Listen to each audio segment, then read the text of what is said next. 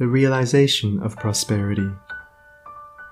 It is granted only to the heart that abounds with integrity, trust, generosity, and love to realize true prosperity. The heart that is not possessed of these qualities cannot know prosperity, for prosperity, like happiness, is not an outward possession, but an inward realization. The greedy man may become a millionaire, but he will always be wretched, and mean, and poor, and will even consider himself outwardly poor, so long as there is a man in the world who is richer than himself, whilst the upright, the open-handed and loving will realize a full and rich prosperity, even though their outward possessions may be small. He is poor who is dissatisfied, he is rich who is contented with what he has, and he is richer who is generous with what he has. When we contemplate the fact that the universe is abounding in all good things, material as well as spiritual, and compare it with man's blind eagerness to secure a few gold coins or a few acres of dirt, it is then that we realize how dark and ignorant selfishness is. It is then that we know that self-seeking is self-destruction. Nature gives all, without reservation, and loses nothing. Man, grasping all, loses everything. If you would realize true prosperity, do not settle down, as many have done, into the belief that if you do right, everything will go wrong. Do not allow the word competition to shake your faith in the supremacy of righteousness. I care not what men may say about the laws of competition, for do I not know the unchangeable law, which shall one day put them all to rout, and which puts them to rout even now in the heart and life of the righteous man? And knowing this law, I can contemplate all dishonesty with undisturbed repose, for I know where certain destruction awaits it. Under all circumstances, do that which you believe to be right, and trust the law. Trust the divine power that is immanent in the universe, and it will never desert you, and you will always be protected.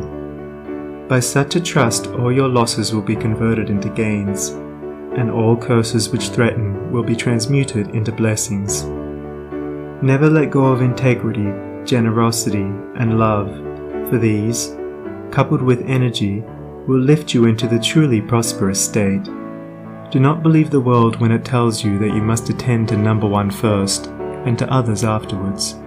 To do this is to not think of others at all, but only of one's own comforts. To those who practice this, the day will come when they will be deserted by all, and when they cry out in their loneliness and anguish, there will be no one to hear and help them. To consider oneself before all others is to cramp and warp and hinder every noble and divine impulse.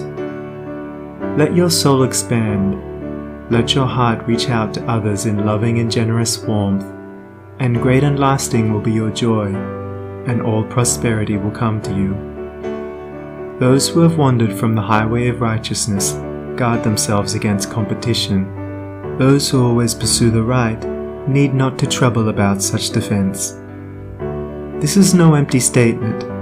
There are men today who, by the power of integrity and faith, have defied all competition, and who, without swerving in the least from their methods, when competed with, have risen steadily into prosperity, whilst those who tried to undermine them have fallen back defeated. To possess those inward qualities which constitute goodness is to be armoured against all the powers of evil, and to be doubly protected in every time of trial. And to build oneself up in those qualities is to build up a success which cannot be shaken, and to enter into a prosperity which will endure forever.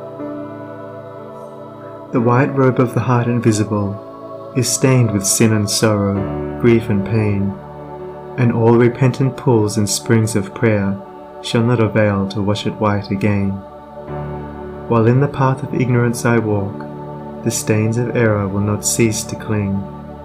Defilements mark the crooked path of self, where anguish lurks and disappointments sting. Knowledge and wisdom only can avail to purify and make my garments clean. For therein lie love's waters, therein rests peace undisturbed, eternal and serene. Sin and repentance is the path of pain. Knowledge and wisdom is the path of peace. By the near way of practice I will find where bliss begins and how pains and sorrows cease. Self shall depart, and truth shall take its place. The changeless one, the indivisible, shall take up his abode in me, and cleanse the white robe of the heart invisible.